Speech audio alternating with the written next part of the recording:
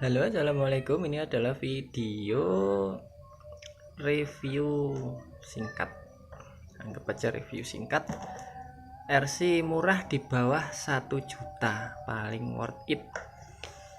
Apa sih kelebihannya RC ini dibanding RC lain yang RTR harga di bawah 1 juta? Kenapa menurut saya kok worth it banget? Nah, yang pertama kita bahas dari kitnya dulu. Yang pertama, ini pintu bisa dibuka, kanan kiri bisa dibuka. Ini cupnya bisa dibuka, bagasinya juga bisa dibuka. Nah, nutupnya agak susah tapi ini. Terus interiornya realistis, itu becek air. Ini habis tak cuci nih, karena udah tak waterproof jadi tak cuci, jadi banyak airnya karena pasir semua habis main di luar. Jadi susah bener ini. Susahnya a few moment later. Terus yang ketiga, dia torsinya bagus, lebih bagus daripada RC lain yang RTR di bawah 1 juta. Padahal gearboxnya itu gear rasionya cuman ada 3. Jadi 3, 4 sama pinion yang ada di dinamo, rasio, terus gear yang ada di as gearbox. Jadi totalnya ada 4 gitu. Tapi yang di gearbox, yang di as atau di dinamo nggak dihitung karena itu bukan gear rasio. Gear rasionya sebenarnya cuma 2. Nah, terus yang keempat, ini apa? Yang keempat nih, ada sennya. Sebentar.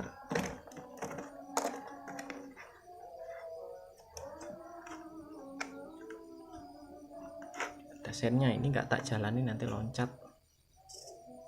Nah, sennya hidup. Sebelah sini. Sennya hidup. Terus yang kelima ada hazardnya. Kebetulan hazardnya nyala otomatis, mati. Nah, ada hazardnya. Terus yang keberapa? Keenam, lampunya bisa dinyalain lewat remote, dimatiin dinyalain remote. Nah, hazardnya juga tekan lama jadi hazard, tekan lama lagi mati, tekan sebentar jadi lampu. Ini sama ini, sebenarnya ini harusnya juga ikut mati, cuman ini tak rubah jalurnya, jadi biar nyala terus. Nah, terus yang keberapa? Ketujuh, ada apa ini namanya? Throttle rate itu kalau istilah saya ini engine brake, auto engine brake. Jadi kalau dia nanjak terus gas, ini tak matiin dulu lah, bahaya nanti loncat. Nah, kalau misalnya nanjak dilepas, itu dia nggak balik nyelonong ke bawah gitu. Jadi misalnya ini tak aktifin, nah dia mati. Nah, kalau diaktifin, lampu remnya nyala terus. Ini didorong berat, ngerem dia tuh, gearboxnya ngerem, nggak bisa. Kalau dimatiin tandanya ini, nah lampu remnya mati. Didorong agak berat juga, tapi jalan. Nah, coba tak aktifin lagi ya. Nah, throttle rate-nya. Berat, ini bisa rontok gearboxnya kalau dipaksa. Kalau dipaksa bisa rontok. Intinya berat. Jadi nanti di video yang lain tak tes di luar karena ini malam. Jadi posisi begini dia nggak ngeloyor ke belakang atau turunan nggak ngeloyor ke depan gitu. Tapi kalau rem rata-rata semua RC adalah ya. Nah, tapi kalau pakai ini dia asal gasnya dilepas langsung ngerem, tapi ngeremnya maju ngerem mundur ngerem. Terus yang ke-8 dinamonya, nah sekalian lihat bawahnya, dinamonya pakai 280. Ini merek MN, tipenya MN78. Terus kakaknya ini kalau nggak salah tuh MN99S, yang sebelum ini diproduksi MN99S. Kalau kakaknya ini ya MN77 dong. Jadi produksi sebelumnya MN99S itu motornya tipe 260 agak kecil dan ini 280. Sedangkan kalau WPLC24 itu 180 lebih kecil lagi. Dan ini paling besar, atasnya ini kalau nggak salah 370 atasnya ini. Jadi torsi, padahal gearnya itu sedikit loh, tapi torsinya kuat. Terus yang keberapa ini, intinya yang berikutnya ini gardan, ini air, ini air, ini tuh air, bukan di efek visual jadi kayak gunung tapi kurang menarik ya kalau banyak airnya. Wes rapopo, gearbox gardannya ini jumbo gede, jadi wheelbase nya itu selain panjang, terus jarak sumbu roda tuh ini apa ini ya, ini juga lebih lebar, jadi kelihatan offset, tapi nggak apa-apa namanya crawler lah. Ini lebih gede, ini udah tambahin mounting, jadi kalau ini bisa dipindah ke sini. Ini nggak ada ya sebenarnya, seharusnya ini barunya nggak ada. Ini enak gelap apa enak terang sih, cahayanya nggak mendukung. Ini harusnya nggak ada, ini tak tambahin sendiri karena kalau saya pengen belok patah ini tinggal tak pindah ke sini, ini dipindah ke sini jadi belok patah. Ini nggak begini, ini harusnya lurus. Ini karena ketabrak ini kan, tak belok buat belok patah. Terus ini tak ganti XVD tuh, ini kayak gini loh. Nah, kayak kopel gini tapi di sini XVD. Tapi kalau bawaannya itu namanya dogbone. Oke, lanjut. Kelebihan berikutnya ada di lupa ingat. Kelebihan berikutnya lupa. Sekarang bahas kekurangannya yang paling menonjol nih, beloknya nggak bisa patah. Paling males punya RC kalau beloknya nggak bisa patah. Ini pakai remote aja biar aman. Oh iya, kelebihan berikutnya dia kalau didiemin sekitar 10 menit ini remotenya otomatis mati. Nanti 10 menit kemudian ini otomatis mati gitu. Jadi nggak khawatir remotenya habis baterainya, ininya juga nggak khawatir sampai ngedrop karena dia otomatis mati gitu. Nah, sekarang kekurangannya, beloknya ini kalau bawaan beloknya tuh nah segini, kemarin tak ukur segini dia lah, wis segini beloknya. Ini udah tak buat belok patah jadi segini, tapi bisa lebih patah lagi kalau ini tak pindah ke atas, ini pindah ke sini. Kenapa nggak tak buat? Karena biar awet, karena ini belum diferensial nih. Kekurangan berikutnya belum diferensial, tapi rata-rata RC crawler nggak pakai diferensial karena bisa keplater.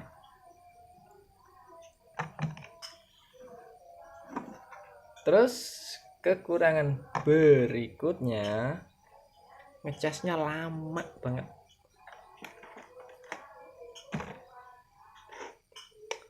Casnya lama. Terus kekurangan berikutnya ada di remote.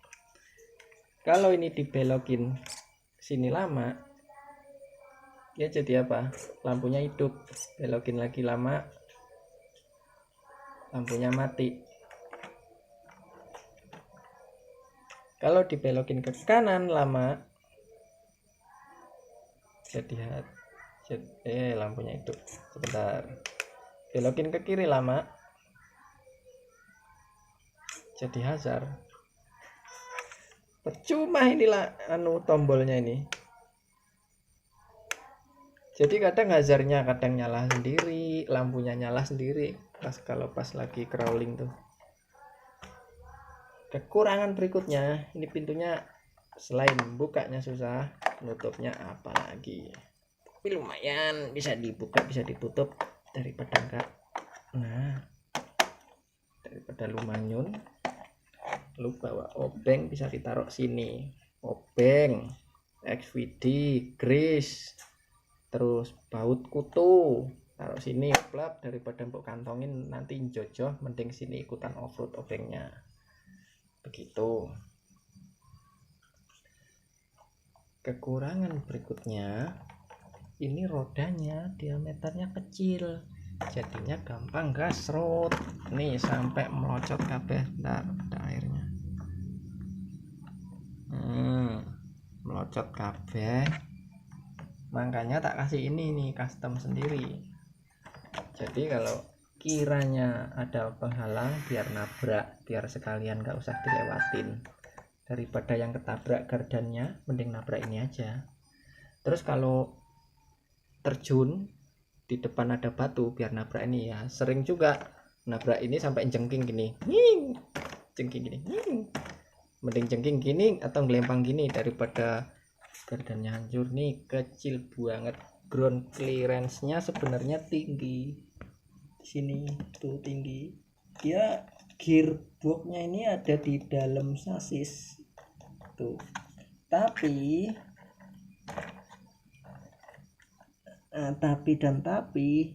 tuh ininya cuman satu jari, sininya kurang lebih 3 jari. Ini body ini 2 jari setengah, rata dah. Ini tinggi kalau ininya mungkin dibikin kecil tuh, mungkin kalau segini lebih pantas kali ya. Tahu udah ini paling kecil dari bannya ini, dari diantara RC yang lain seperti itu. Terus di remote-nya nih, kelebihan remote-nya ini baterainya 2 aja, nggak sampai 4 tuh, baterainya 2. Masangnya adalah mentok.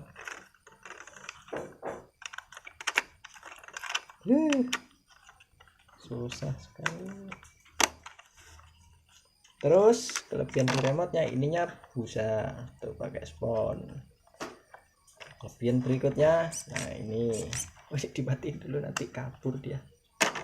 Jadi kamu bisa ngonten sebelah kanan HP, sebelah kiri tuh, jadi begini. Nah kelebihan berikutnya, ini otomatis mati begitu, udah nggak ada apa-apa lagi. Ini engine brake, kalau aktif jalannya pelan, kalau non aktif jalannya kenceng. Tapi kalau pas aktif dia ngerem otomatis. Dan kekurangan remote-nya ini menurut saya kegedean gitu, kurang praktis. Apa-apa tuh enak kalau kecil tapi fungsinya banyak, daripada skalanya banyak fungsinya sedikit. Lebih baik skalanya sedikit tapi fungsinya banyak. Nah itu lebih enak gitu ya. Ini lo mesinnya paling kecil di dalamnya, cuman ini remote ini cocoknya untuk tangan yang gede, tangan yang buat gitu, jadi pas. Tapi saya nggak suka barang-barang yang gede, enak yang kecil. karena kalau kecil itu enak gitu. Ini kegedean, ini kekurangannya. Terus kekurangan lagi, ini lampunya dongol. Ini aslinya lampu tak les, jadi silau kalau main malam.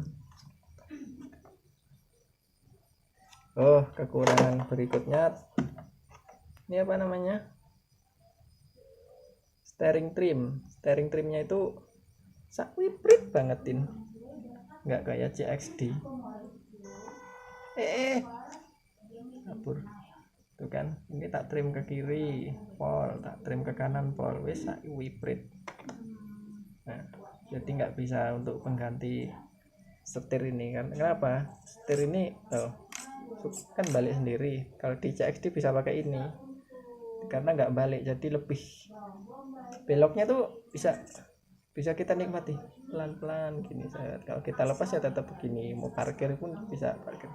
Nah, ini kan ya, ini salah satu kekurangan, tapi rata-rata sih begitu, cuman kayaknya di CXD doang deh. Terus entah apalagi nih kekurangannya, tapi kelebihannya bisa nutupin kekurangannya, dan kekurangannya sesuai harganya karena ini di bawah 1 juta.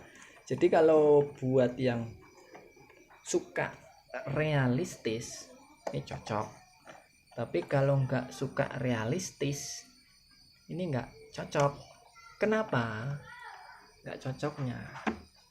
Karena kalau udah buka ini kabelnya ini tempatnya itu kurang piye gitu, jadi kalau ngasal gearboxnya ketenet jadi radat gitu. Tapi kalau suka realistis ini cocok, tapi harus ganti XVD biar bisa belok patah. Kalau beloknya nggak patah ya nggak realistis lah, tampilannya doang jadinya. Terus beli ini link root yang bisa ditekuk-tekuk. Kenapa? Tak matiin dulu. Yang bisa ditekuk karena ini nabrak link root. Ya, jadi kalau bisa ditekuk, ini bisa ditekuk ke sini, jadi beloknya itu leluasa. Nah, itulah kenapa ini nggak tak buat belok patah, cuman tak kasih dudukan aja.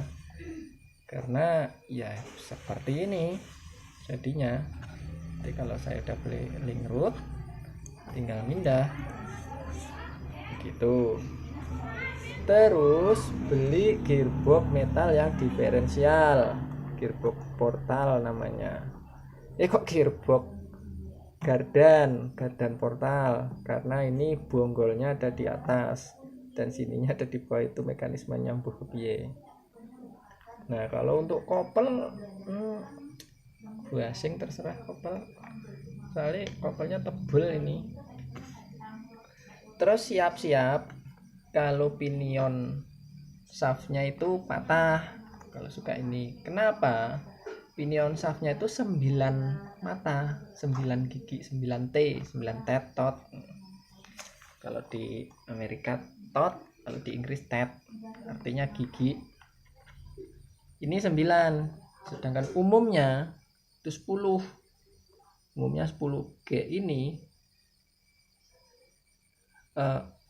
harusnya sih awet, tapi nggak tahu ini belum ada sebulan udah udah ada indikasi keausan. Tuh tak bongkar tuh ada ausnya melingkar gitu. Ini diameter ininya lebih gede, jadi bearing ini ditaruh sini, nggak bisa kecilan. Ini gede nih, ini 4 mili, ini as gearboxnya 4 mili, ini besi pinionnya ini 4 mili, tapi kalau sininya as aksel ini 3 mili. Kalau sini banyak persamaan. Yang bikin beda cuman ini nih, gear, dari gear ini ya, seret ke kopel, gear yang kecil ke kopel, terus ke as gardan. Dah, yang susah substitusinya cuman itu. Dan kebanyakan ganti kopel metal gardan, gearbox dual speed sama gardan metal gitu. Sebenarnya ini banyak persamaan. Oh, sama ini nih, sama housing gardannya ini nggak tahu persamaannya apa. Ini lebih panjang, lebih gede seperti itu. Kalau asnya sama-sama 3 mili, dogbone-nya sama, cup dogbone-nya sama, terus knuckle-nya juga sama, diameter apa ini namanya, diameter heck sama, semuanya sama. Yang beda ini ya housing gardan, pinion gardan, kopel, as gearbox. Nah itu bedanya di situ, lainnya banyak persamaan. Oke, terima kasih. Semoga ini ngetesnya nggak sekarang lah. Semoga buat yang bertanya-tanya, kalau suka realistis beli ini. Kalau nggak suka realistis, sukanya abrak-abrakan gitu, pokoknya main cuci gitu, beli aja MN 128, harganya sejuta lebih dikit, atau RGT 136161, atau MN 86 KS, atau versi kit C34 KM. Tapi ya sejuta lebih lah. Lalu di bawah 1 juta, tapi ya tetap aja ketemunya sejuta lebih. Jadi itu, semoga bisa terobati. Sekian, terima kasih. Assalamualaikum. Ngoceh wae ora kek dijajal. Lain video lah. Assalamualaikum.